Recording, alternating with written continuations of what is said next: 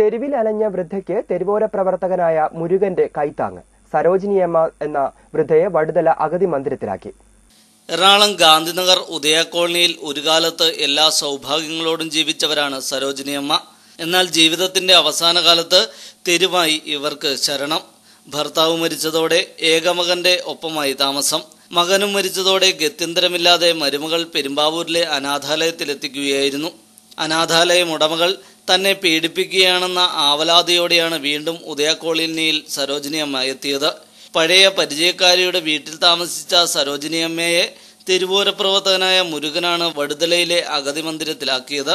വാദം മൂലം നിവർന്നു നിൽക്കാനാവാത്ത ഇവരുടെ സ്വർണം പെരുമ്പാവൂരിലെ അനാഥാലയം നടത്തിപ്പുകാർ തട്ടിയെടുത്തുവെന്നാണ് പറയുന്നത്. അന്ന് ഞാൻ അങ്ങനെ ഒരു കൊല്ലമായി കിടക്കുന്നു. അത് കഴിഞ്ഞാണ് മറ്റുള്ളവരെല്ലാം അറിഞ്ഞേക്കുന്നത് ഞാനവിടെ ഉണ്ടെന്ന്. ഞാനും വന്ന് നോക്കിയില്ല. എനിക്ക് പോകാൻ ഞാൻ വീട്ടിൽ പോന്നിട്ട് തന്നെ കൊണ്ടുപോയില്ല. മകന്റെ ഭാര്യയ്ക്ക് നോക്കാനാവാത്തതിനാലാണ് ഈ വൃദ്ധ അഗതി മന്ദിരത്തിലെത്തിയത്.